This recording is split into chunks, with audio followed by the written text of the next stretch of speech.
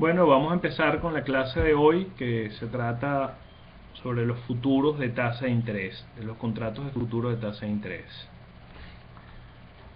Para efectos del beneficio del curso, vamos a estarla grabando y lo que voy a hacer es hacer pequeños breaks cada cierto tiempo para poder hacer varias grabaciones y que no sea una grabación sumamente larga. Bien, vamos a empezar por definir lo que es un contrato de futuro de tasa de interés. O sea, lo primero que hay que decir es que cuando se negocia un contrato de futuro de tasa de interés, se está negociando en una fecha una tasa de interés que va a arrancar en una fecha futura que coincide con la fecha de vencimiento del contrato y que va a estar vigente por el plazo que el contrato diga que va a tener esa tasa de interés.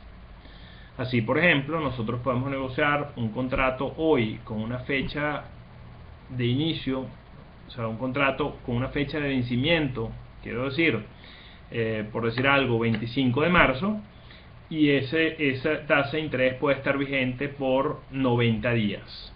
Entonces, lo que desde hoy hasta el 25 de marzo vamos a estar negociando es una tasa de interés que arranca el 25 de marzo y que va a estar vigente por 90 días. Y de allí que sea un futuro de tasa de interés, porque durante el tiempo de vigencia del contrato se va a estar negociando una tasa de interés que arranca en una fecha cierta y que termina en una fecha cierta, porque el plazo de la tasa está perfectamente establecido en el contrato. ¿Qué quiere decir esto? Que primero que nada estamos en presencia de un bien no acarreable. Bienvenida Elisa, estamos ya arrancamos la clase. Lo primero que debemos decir es que uno puede tener una tasa de interés vigente a partir de este momento, pero uno no puede esa tasa de interés adquirirla, almacenarla y entregarla en una fecha futura. Por lo tanto, el activo subyacente de este contrato, que es la tasa de interés, es un activo absolutamente de naturaleza no acarreable. Yo no puedo comprar una tasa y almacenarla, entre otras cosas porque una tasa de interés, si lo vemos en su estricta lógica, es el precio, pero el precio de usar el dinero. Es una suerte de costo o de alquiler, donde no estamos adquiriendo el bien, sino estamos pagando un precio por usar ese bien. Por lo tanto, ese precio está vigente hoy, y el precio que esté vigente hoy yo no lo puedo trasladar en el tiempo. Sin embargo, sí puedo negociar un precio futuro, que es el precio que va a estar vigente desde la fecha de vencimiento del contrato hasta el respectivo plazo que esté establecido en el mismo. Otra cosa relevante que hay que decir acá es que este contrato puede ser susceptible a ser un contrato con un activo entregable.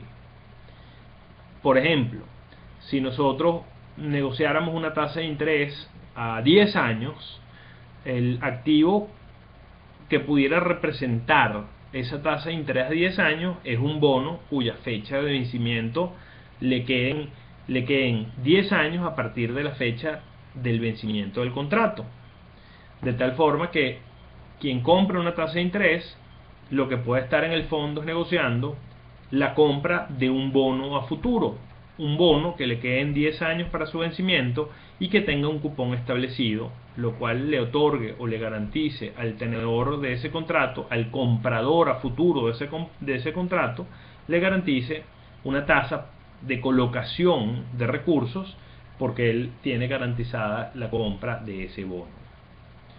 De acuerdo, digamos, a esta premisa, lo siguiente que tendríamos que hacer es ponernos de acuerdo de cuál tipo de bonos podemos nosotros utilizar, porque no es lo mismo un bono de una compañía AAA a un bono de una compañía BBB.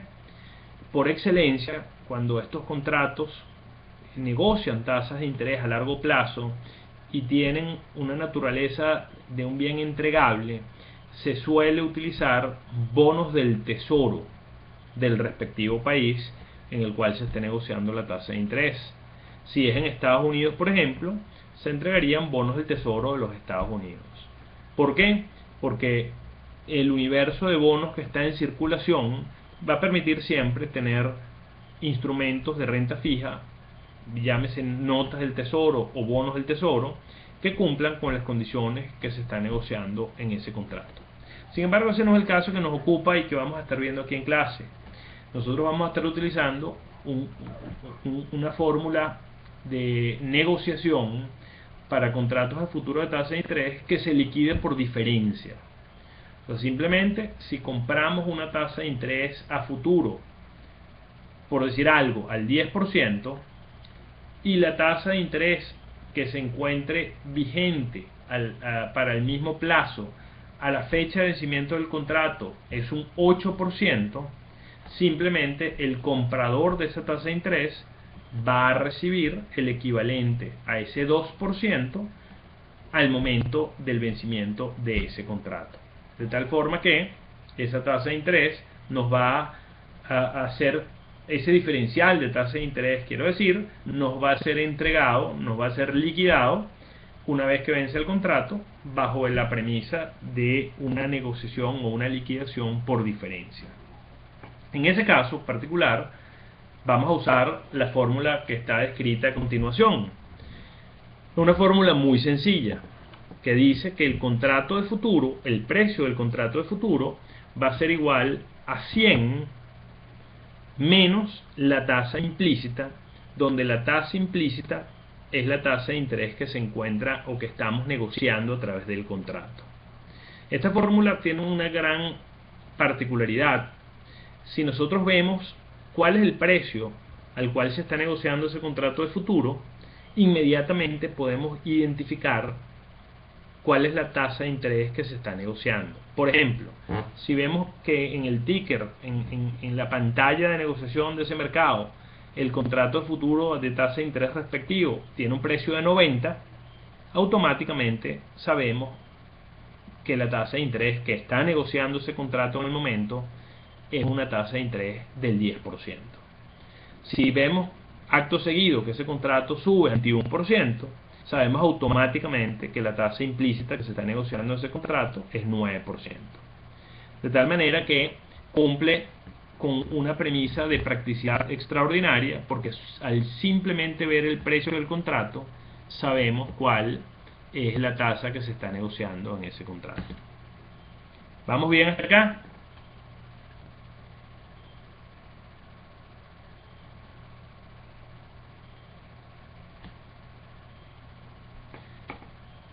Ok, Elisa. Entonces, fíjense, hablemos un poquito de las características de este contrato. Sabemos que el activo subyacente es la tasa de interés. La siguiente pregunta que nos tenemos que hacer es cómo se define el tamaño del contrato. Fíjense que aquí hay una fórmula muy sencilla. El tamaño del contrato simplemente se define en un valor nominal. Nosotros podemos decir este contrato tiene un nominal de 10 millones de bolívares.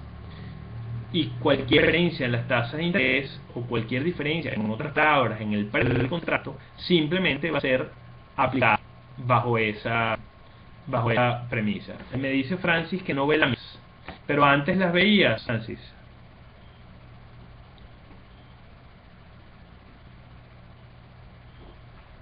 ¿Lo estás viendo, Elisa?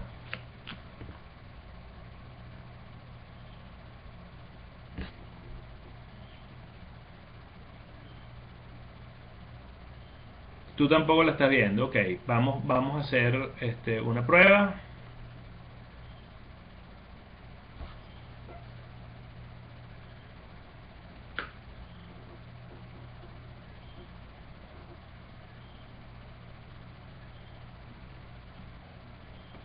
Déjame parar un momentico la grabación.